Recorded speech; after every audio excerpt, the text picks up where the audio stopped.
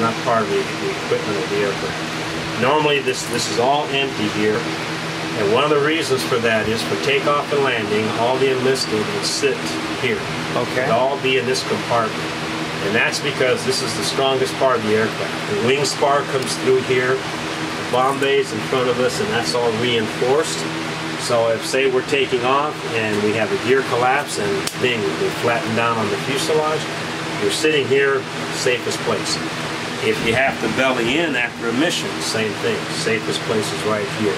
Okay. The aircraft, more than likely, this is the best place to survive, anything like that. So that's what they would do. They would all sit here. Wow. Now, your radio operator had to know Morse code.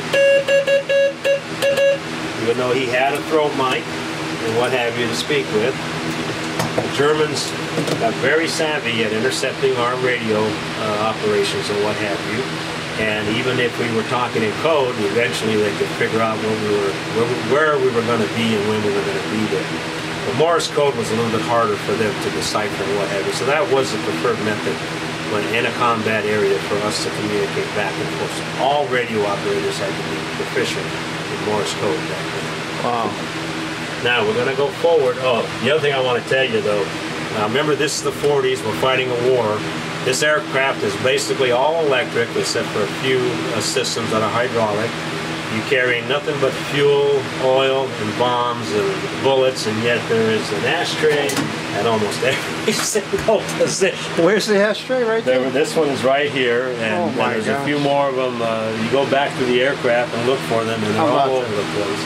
Huh. And it's very much for the times that we were in back then. And I would imagine if you were 19 years old and you hadn't smoked a bit until you got into the military, you probably developed a habit. Yeah, I bet so. If you got Germans shooting at you. There you go. Now the average, and I don't know if my friend told you this or not, but the average airman was 19 years old. Wow. 140 pounds and 5'7". That was the average. Unbelievable. But the pilots were a little bit taller, and the reason for that is if you had to give the aircraft full right or left rudder and you were 5'7", 5'8", 5'9", you couldn't do it. You need to be a big boy. You need to be much taller. Much taller and a little stronger. Okay, now we'll have to duck down and walk on the little gangplank here through the bomb bay. Roger that.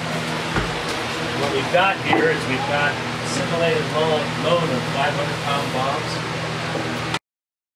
He assumed his position up front, and after they were airborne and heading to the target, it was his responsibility to come back here and start the arming process. The bombs were loaded. That was the bombardier, you said, right? Bombardier. That was his responsibility. The bombs were loaded, and they were true bombs, but they wouldn't go off because they weren't armed, and they didn't do that so that they would have to take off with anything that was armed. Okay. Mishap and the whole airplane goes and kills everything. That would not be a good situation. Not a good situation. So he would come back here, he would pull all the pins, and that would start the initial arming process. And then once he dropped the bombs, all these propellers, you know, in the front of the bombs and the aft of the bombs would start to spin, and that would finish the arming process with the bombs falling away from the aircraft. It's the safest way they could do it, and I think that was probably the right thing to do. You didn't want any kind of mishap. That's for doggone sure. Exactly. What do I hang on to? This? Yeah, you can go ahead and hang on to the triggers or whatever. Whatever's comfortable. Whoa, I'm in the top turret. Now you're in the top turret. This is awesome. God dang. Now, generally speaking, that's the crew chief's weapon.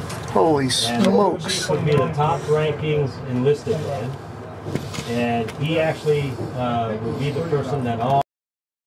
Okay, right here, this box right here works in conjunction with the Norden bomb site, the bombardier's area, and all the information and all the specifications of the bomb run itself are fed into this unit plus the bomb site. So when they're approaching the target area and the bombardier says, "Okay, I need the airplane," then what the pilot would do, the pilot command, is he would take this entire toggle switch here, flip it over that way. Oh, that's where it is. I've seen it in the movies. Yep.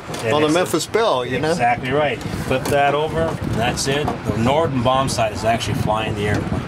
And the bombardier is sitting up there guiding it and waiting for the crosshairs to come right where he needed them, and then boom, drop the load.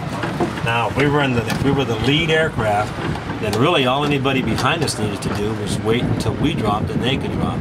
So after a while, they started figuring out, well, you know what? We don't need to put another officer up there. We could actually have an enlisted man up there, save that officer for some other mission or whatever.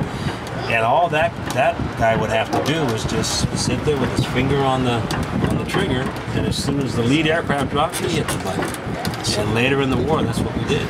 So the officer would be the lead aircraft, and we put enlisted in the folks in the back? There would be an officer in the lead aircraft. In the lead bombardier, then all the bombardiers behind it would be enlisted. Okay. That was getting on towards the end of the war. Very interesting. That way they could use the officers for some other purpose. Wow. Now this is.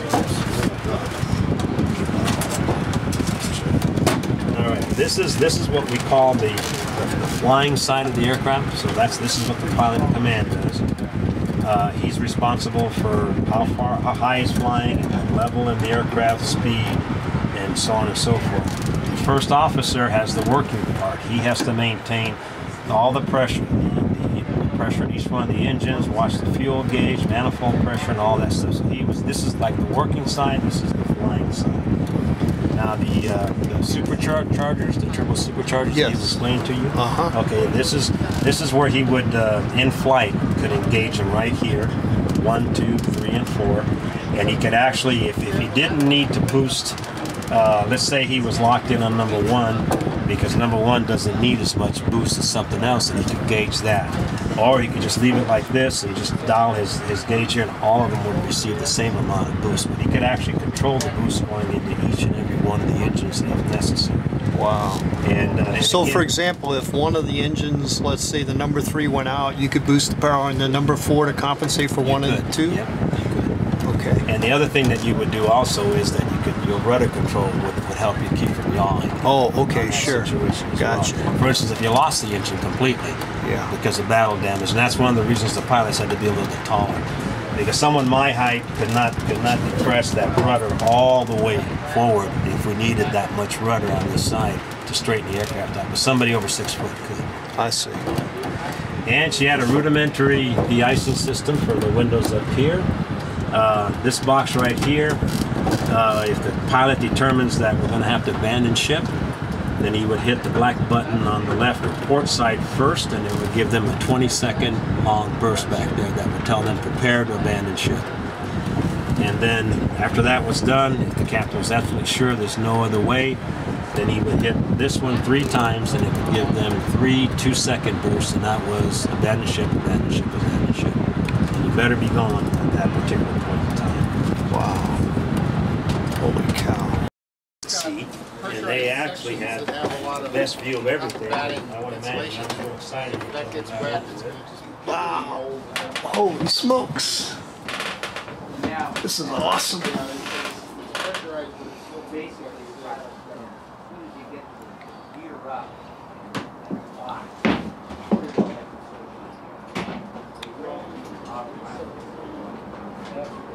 Can you imagine the view from here? It must be unbelievable.